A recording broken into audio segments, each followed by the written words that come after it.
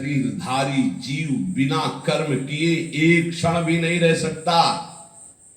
प्रत्येक शरीरधारी कर्म करता है तो 3 गुणों के अंतर्गत, सतोगुण, रजोगुण, तमोगुण। सतोगुण तो कोई बिरला ही होता है, नहीं रज तम पापाचरण ही करवाते रहते हैं। अपने पूर्व जन्म के पाप पुण्य संस्कारों के अनुसार उसको स्थूल सूक्ष्म शरीर प्राप्त होता है, और उसी के अनुसार कभी वो स्त्री शरीर, कभी पुरुष शरीर, और उसी के अनुसार संस्कार स्वभाव, और वैसे नवीन कर्म, उससे संस्कार स्वभाव नवीन कर्म, नवीन जन्म, फिर मरण, फिर जन्म, ये चक्र चल रहा है। प्रकृति का संसर्ग होने से वो भूल जाता है कि मैं स्त्री नहीं, मैं पुरुष नहीं, मैं सच्चिदानंद बपू भगवान का अंश हूं। प्रकृति के संसर्ग से, शरीर के संसर्ग से वो भूल जाता है। ये विपर्य केवल एक से दूर हो सकता है, ये भ्रम केवल एक से दूर हो सकता है, श्री भगवान का नाम जप, भजन।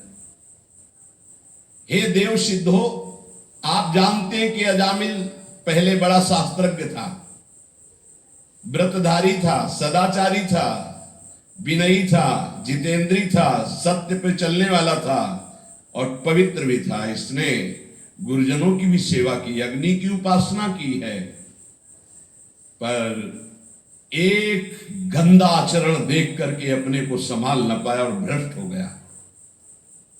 देख लो, शास्त्र है।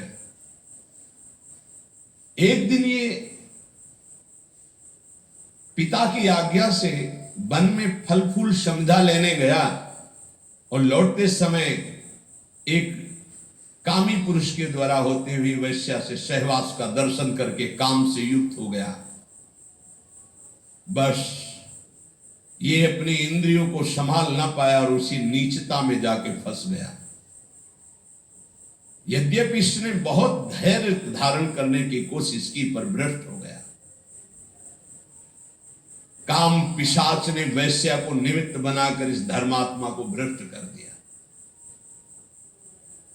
अब ये सारी शास्त्र मर्यादाओं का उल्लंघन करके मनमानी पापाचरण करने लगा।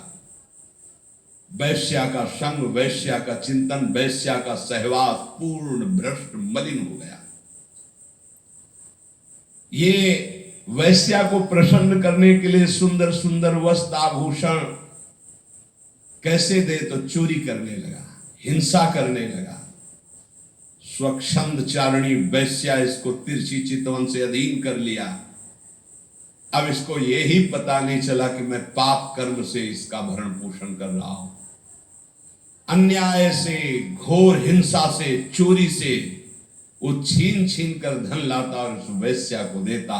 इस पापी ने जीवन भर शास्त्र आज्ञा का उल्लंघन करके